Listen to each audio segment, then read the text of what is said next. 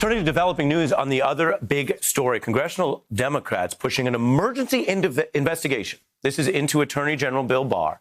And the charges blatant political activity at the DOJ and potentially compromising this upcoming election.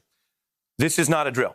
In a new letter to the one person at DOJ who actually audits the Attorney General and the FBI Director, the Inspector General watchdog, Democrats demanding what they call a factual and necessary probe of whether Barr would now be improperly influencing the upcoming election. Now, there's evidence to support that concern from Barr's crackdowns on protests and public officials in the run-up to this voting we've been covering, to what is now raising other questions, the unusual departure of a top prosecutor on the Barr-ordered review of the Mueller probe, with reports that she opposed Barr's potentially improper timeline for getting out information before the election. Now, Barr's publicly breached protocol by sounding more like a partisan Trump operative than an independent attorney general. There have been more calls for his resignation from DOJ veterans and even some Republicans than any other modern AG. But this has escalated far past words or rhetoric this very week. It's actually farther than anything that may have basically transpired under the Trump DOJ, because there are reports now that Barr is pressing prosecutors to literally try to lock up the Seattle mayor who allowed certain protests, and also go after protesters for sedition. I think that increasingly the message of the Democrats appears to be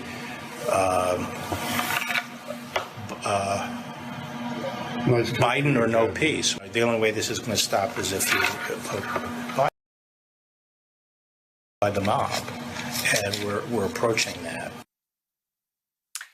More talk of mob ties. We're joined by MSNBC legal analyst Andrew Weissmann, a veteran prosecutor, a former counsel to Mueller. He served, of course, we should note, in the Mueller-Russia probe.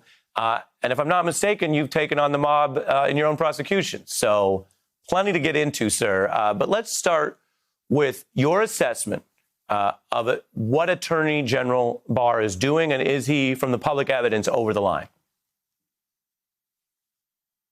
Direct answer to your question, yes, he's over the line. And to answer your first part, what is he doing? I think this is about the Durham investigation.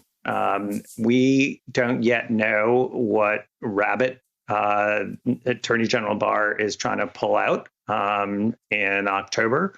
But I think this is about the Durham investigation. And what he's been doing in the last couple of days is trying to justify what he's about to do, which is, I think he's saying it's totally fine for him to act in a political fashion. He gave a speech where he said that's totally fine for the Attorney General to do that.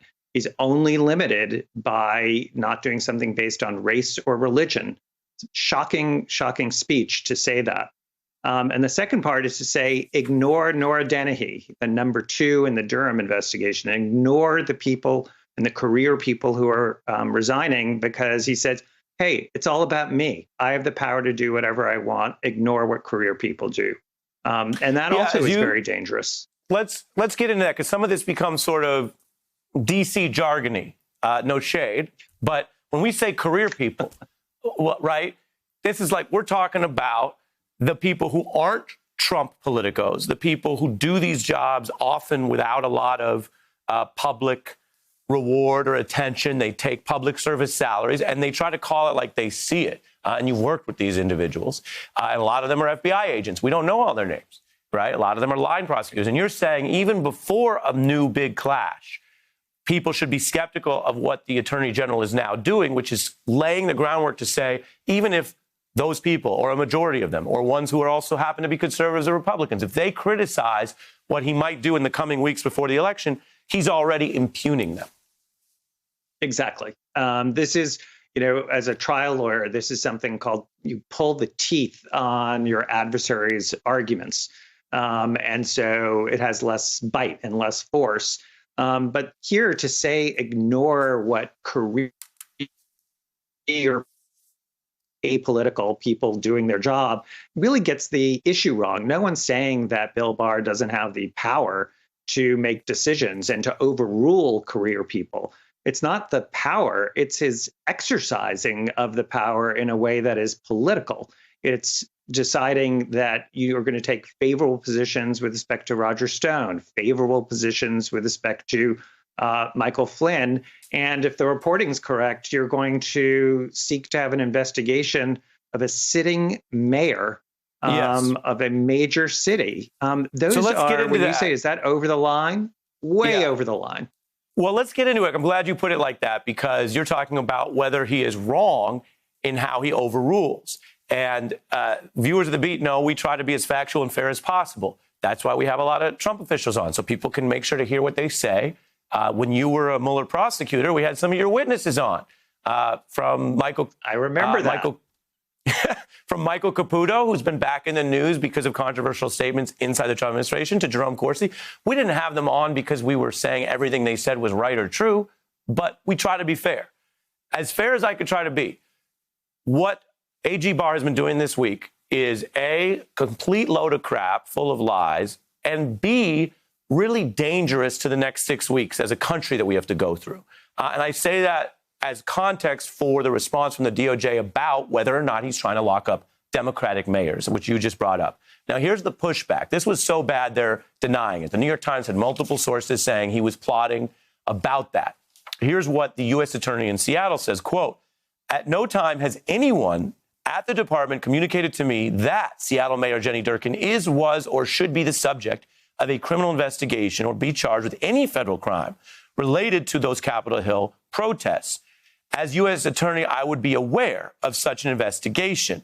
And that comes from the current U.S. Attorney in the Western District of Washington. We read the whole quote there for full context, but I'm curious what you see as the significance of that, because that could both be true, and the Times story that Bill Barr wants to lock up Democrats could also be true.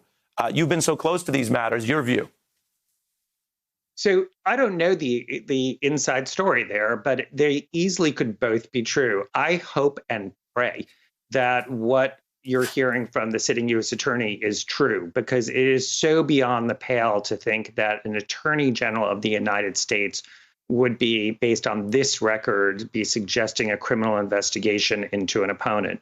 But the reason you could reconcile both the New York Times reporting and what you just read is, as I understand the New York Times reporting, it deals with conversations in Washington between the Attorney General and his staff and the Civil Rights Division. And that is in Washington as well. So I don't know that it's the case that the U.S. Attorney would necessarily be a part of that. That can be a fairly insular conversation. But again, I hope it's not true. Copy on that. The Attorney General's done this.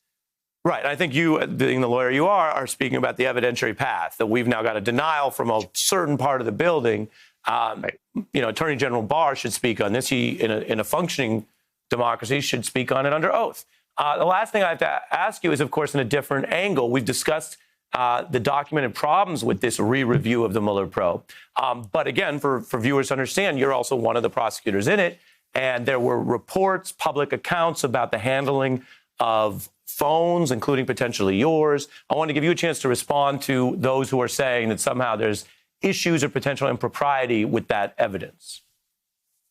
So I'm going to talk a little bit more next week about this. As you know, I have a book coming out, and so I'm going to speak about this. But I think one thing I would ask reporters like you to do is to ask the Department of Justice to speak about all of the processes that were in place in the Mueller investigation to lock down and back up all written and electronic records. Because I'm quite suspect that the Department of Justice is actually sitting on that information as opposed to coming out with it, which I think would go a long way to debunk these stories. I agree with that, and we'll ask them that. But me doing my job, when there are reports that somehow you or other prosecutors mishandled phone evidence, your response is?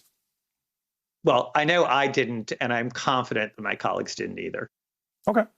And interesting to note, because we're seeing a lot of that. We'll be coming back to you for your expertise. Andrew Weissmann, a celebrated attorney. Always good to have your views, sir. Hey, I'm Ari Melber from MSNBC. You can see more of our videos right here, or better yet, subscribe to our YouTube channel below. You could have been anywhere in the world, but you're here with us, and we appreciate that.